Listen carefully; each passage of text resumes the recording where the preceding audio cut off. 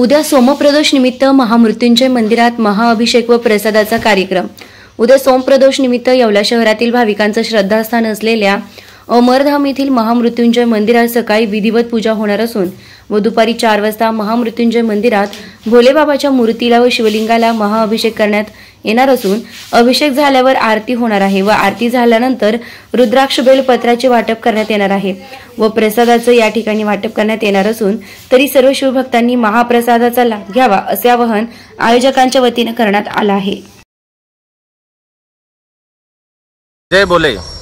उद्या सोमप्रदोष निमित्त सकाळी विधिवत भोलेबाबाची पूजा होणार आहे आणि संध्याकाळी 4 वाजता महापूजेचं आयोजन केलं आहे।